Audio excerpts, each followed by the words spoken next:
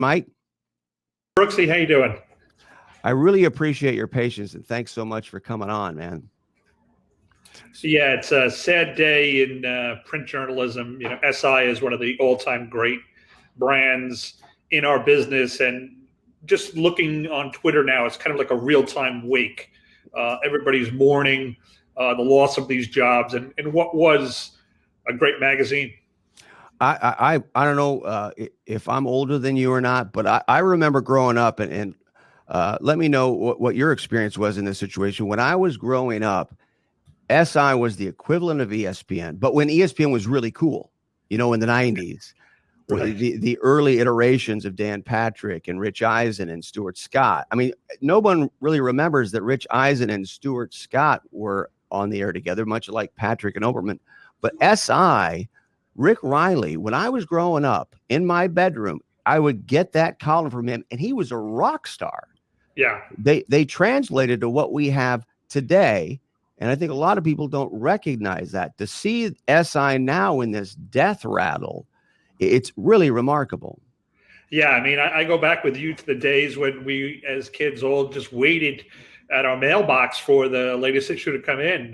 You know, SI was always one of my favorites growing up, as was another great sport magazine. Remember Sport magazine? Inside Sport?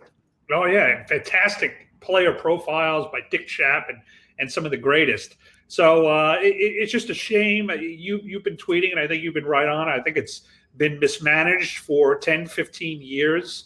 One mistake after another. Sold twice in a couple of years, and now it's licensed like it's spare parts. It's just an ignominious epitaph for a great magazine. Visited with Mike McCarthy of Front Office Sports. And ultimately, what do you think is going to be the fate of SI? I think it's going to survive. I think the brand is too powerful. It's still got great properties, all the covers, the swimsuit issue, all these great properties. But I think it's going to be reduced to a shell of its former self. I mean, it sounds like they're going for this contractor route.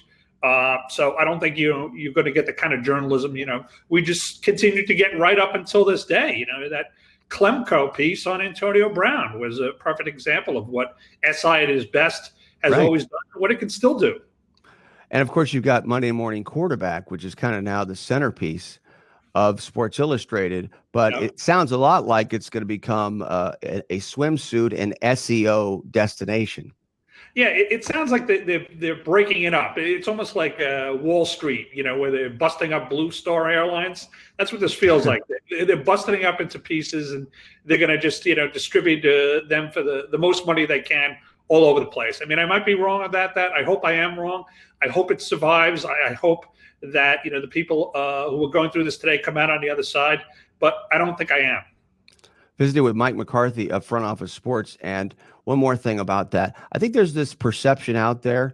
I know there's this perception out there that it was an editorial thing with Sports Illustrated. I've seen people in my threads saying liberal Sports Illustrated, or they didn't adjust, whatever it may be. My attitude about it is, if you've got great content, people will come. That's my experience. I built a website on my own and was able to be successful. Sports Illustrated, I think, just wasn't nimble enough, and the people in upper management were not connected to reality. But what's your philosophical take on the old idea of legacy media can't compete? I think it's a ridiculous idea. Legacy media can compete. You know, Sports Illustrated's problem was never the content. It was everything around it. They had a website that barely worked.